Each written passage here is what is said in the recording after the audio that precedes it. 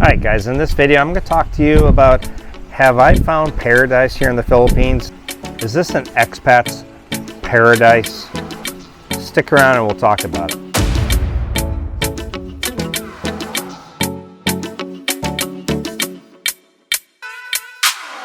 So a lot of people ask me, they're like, gee, it seems like you found paradise. And a lot of other expats, they say, is this really paradise? Is it all that your videos say and all that other YouTubers and stuff say? Is it really paradise?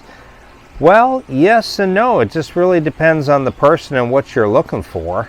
For me, when I first came out here in 2015 to Davao, it was kind of a little bit of both. The first thing I saw was poverty and, the poverty of the Philippines, and I first thought, nah, this is not paradise for me. But then I started to get to know the Filipino people and the friendliness of the Filipino people, and it really started to warm up on me.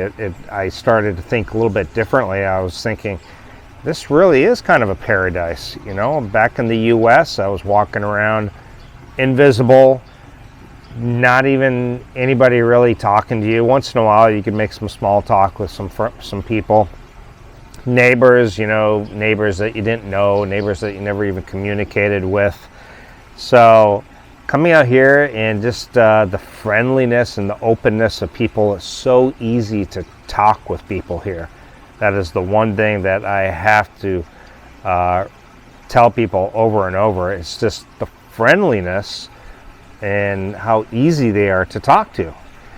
And another thing is when you first get here, you do see the poverty and stuff right away. It kind of hits you and you're like, this is not, these are not the white sand beaches and the things that I've seen videos on. Yeah, so that does exist here. But you also have little oases like this, I mean, $600 a month I'm paying for quite a large place, basically almost my own private pool. I share it with 4 other residents here, 4 other apartments, but rarely do they use the pool, and if they do, I just wait an hour or so and I've got it to myself. So for a very low amount of money, you really can move into some places that you have paradise, in Cebu and Davao and even Dumaguete now. I've lived in places where very inexpensive with pools and gyms and condos, and so paradise was found there for me for a relatively low cost. And eating out, in the States, I would have to count my pennies. You would walk into a restaurant, I would first thing I would do is, can I see a menu? I would look through the menu and look at prices. Sometimes I would turn around and say, okay, thank you. I would have to consider my budget and say, this place is too expensive. I don't really want to spend $40 for a meal, $60 a meal, whatever. And here, even at some of the most expensive places, I don't even really look at the menu. I just go in, I sit down, and in an expensive place, I might pay 500 pesos for a meal. At the really high-end places, I might spend 1,000 pesos, which is like $20 US. So, is it paradise for me? I can go out and eat wherever I want without really worrying about breaking the bank. Absolutely. So, paradise comes in a lot of different ways, and those are 3 examples right there. Dating. The dating pool had pretty much dried up, or what was left was dried up women. And here you can date young beauties, and so the dating is paradise. You get out to some of these islands with these white sand beaches. You get out to some of these waterfalls, these little hidden coves, or these just beautiful picturesque islands and coconut trees, and just amazing beauty here. So again, it is what you're going to make out of it. For a lot of people, they can't get past maybe the poverty, or are there girls that are going to scam you and maybe lie to you? Yeah, sure, that's going to happen as well. So if you get here and you see the poverty and you get maybe scammed right away, you're going to automatically, you're going to have this sour taste in your mouth, and you're going to be, yeah, this is not really paradise for me. Other people, they find paradise in different locations in Southeast Asia or even Central or South America. Not everybody is going to like the Philippines, but for me, I can really say that for me, this is paradise. I have found paradise. And with that paradise, I have lowered the stress in my life. I'm much calmer. I don't let things bother me like they used to. I'm much more easygoing. You know, when I lived in the U.S., I used to just get stressed. I was stressed at work. I was stressed over finances. You know, it was just constantly. In here, I'm not stressed over finances anymore. I never worry about the finances, really. Do I make a ton of money? No. But my cost of living is low enough, and the income I'm bringing in is enough that I don't really have to stress about that anymore. I have enough to go out and eat when I want to, or travel when I want to, or also save on a monthly basis, which is fantastic to be able to do all those things without stressing. So if you let these little things, you know, you can certainly let things stress you, like there's a barking dog in the background. Do those things annoy me, frustrate me sometimes slow service, you get your meals at different times, out of stock of a bunch of items sometimes when you go to a store or a restaurant.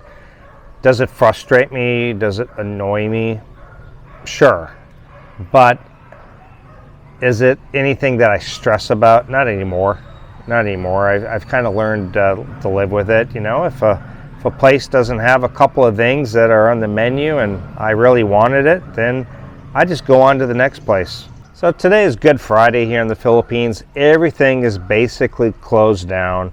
You know, Maya and I went out and we got smoked salmon, a big thing of smoked salmon, and we got avocado. And she's going to make sushi rolls later. We're going to have some lambrusco. We're going to maybe watch some TV or Netflix and just relax. And we just finished swimming. Again, this day I woke up, had my coffee, and I've got a beautiful wife. Life is good. So paradise. Yeah, it is for me. It was for me. It continues to be. And for a lot of people, it can be as well. But for some people, they're going to get here and they are going to miss too many things. Too many things. It's just not organized. I can't get this item. You know, there's just so many things that are going to frustrate them, or they'll let it frustrate them too much, and they just can never be happy here or content. They're going to let too many things bother them. So therefore, again, you've got to come out here. You've got to give it a test run. You got to be out here at least a full month at first, and then if you really like it, come back and you got to do a 90 days to really live the life and see whether this is a place that you like. Is it going to stress you out? Is this really paradise for you? Is it enough for you to be able to get rid of all your possessions, sell your car, get rid of your house? And you not necessarily have to get rid of your house. You can rent it. But you have to, everybody's got to come out and see for themselves. You can't go off of a YouTuber telling you, hey, it's paradise. Everyone's going to love it. That's not true. Not everybody's going to love it. And for some people, it's just not going to be paradise. It may be in Thailand. It may be in Costa Rica. Or it may be that you just need to move to a different location in the U.S., perhaps. So, again, check it out. And if you need some help with that, I do consultations. You can book it directly on my website by clicking the Book a Consultation. There's a free Moving to the Philippines checklist, a free PDF that you can download. Just click on that. And also, if you don't know where to stay at, these are the hotels that I highly recommend that I've personally stayed at. I can vouch for all throughout the Philippines. You can click on the article. It will bring up the list. click on the picture and it'll take you to the link to book that hotel. So hopefully that helps, and let me know what kind of questions or comments you guys have, and I'm going to enjoy the rest of my day here in paradise. See you guys next time. Bye.